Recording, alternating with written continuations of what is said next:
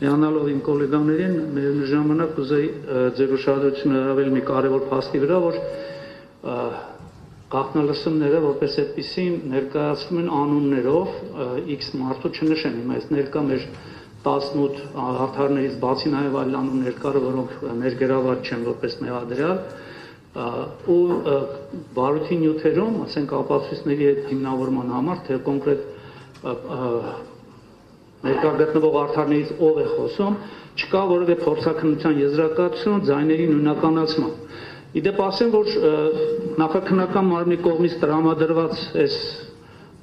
բանը, գործիքը, որը ներառված է ամբողջությամբ այդ գաղտնալսումները, շատ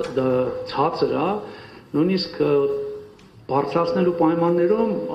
ես կասեի ամենաթի անհնարին է որոշելու, թե օրինակ քննիչը չճանաչելով այս 18 հարթարներին կամ եկած անձանց ենթադրյալ վայրում ոնց է որոշել, որ դա ասենք օրինակ բանի 18-ներից կոնկրետ անունները չնշեմ, ինչ որ X մեր ընկերներից մեկն է։ Չկա փորձաքննություն, բարձրորեն այս գործով քննիչը հանդես է եկել որպես փորձագետ, որ իրավասությունները չի ունեցել ու այս պարագայում առաջարկում եմ, որ հրապարակելու ժամանակ ենթադրյալ այդ անձանց անունները, որ կարդում ենք, ասենք, որովից է մեկ էս ներկա գտնվողներից ու ինչ-որ խոսակցության նյութ է ներառված այդտեղ, առերևույթ բառը պարտադիր նշվի, կամ նշվի ըստ քննչական մարմնի կամ նախաքննական մարմնի ավելի ճիշտ ենթադրության։ Հաստատված ապացույց որպես այդպիսին փորձաքննություն չկա։ Ուրեմն ենթադրություն ասա, ըստ ենթադրության նախաքննական մարմնի, դա այսինչ անձնավորությունն է։ Շնորհակալություն։ Պատվաստան դատարան միանում եմ գործընկերոջս միջնորդությանը եւ ես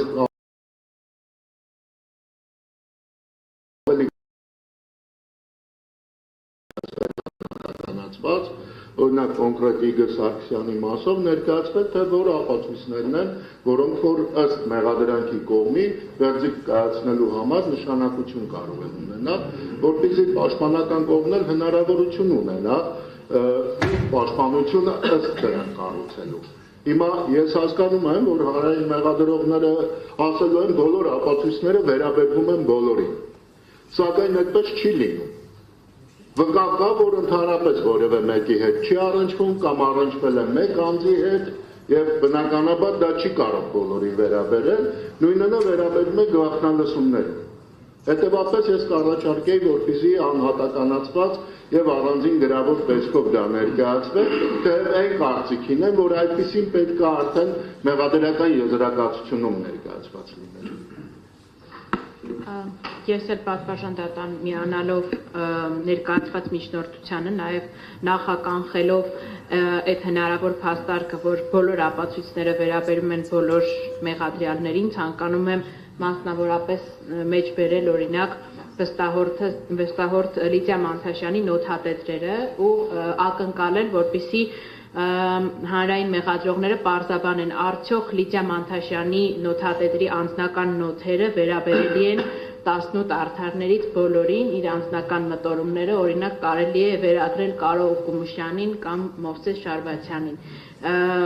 Հասկանում ենք, որ բնականաբար իրավական պետության իրավական գործընթացներում նման բան տեղի ունենալ չէր կարող, բայց ծանոթանալով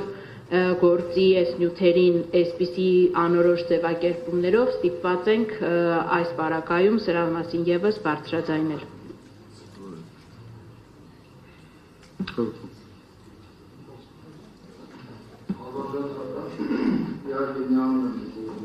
Տակին, որը քրեական դատավարությամբ նաև սահմանված է, իմ պաշտպանյալի պարագայում առավել քան դա առավել ընդգծում է դառնում, որովհետև ինչպես հայտնի է Հակոբյանի խաբամամիջոցը, երբ որ վերաքննիչ քրեական դատարանը փոփոխել է իմ բողոքի հիման վրա, այնտեղ մի նկատառում է ունեցել վերաքննիչ քրեական դատարանը, որ հիմնավոր կասկածը համարել է, որ առկա չէ։ Հետևաբար հանրային մեղադրողներին պետք է առաջարկել հատկապես Հրայր Հակոբյանի մասով վկայակոչվեն կոնկրետ այն ապացույցները կամ տվյալները, որոնցով որ իրենք գտնում են, որ այդ մեղադրանքը առկա է կամ գոյություն ունի։ Այսինքն այս մասով ոչ միայն եթե վերցնենք թե օրենսդրական կարգավորումները քրեադատավարական, թե նաև կոնկրետ Հրայր Հակոբյանի մեղադրանքի մասով կարծում եմ, որ խիստ կարևոր է եւ դա կլինի լիակատար օրինաչափ։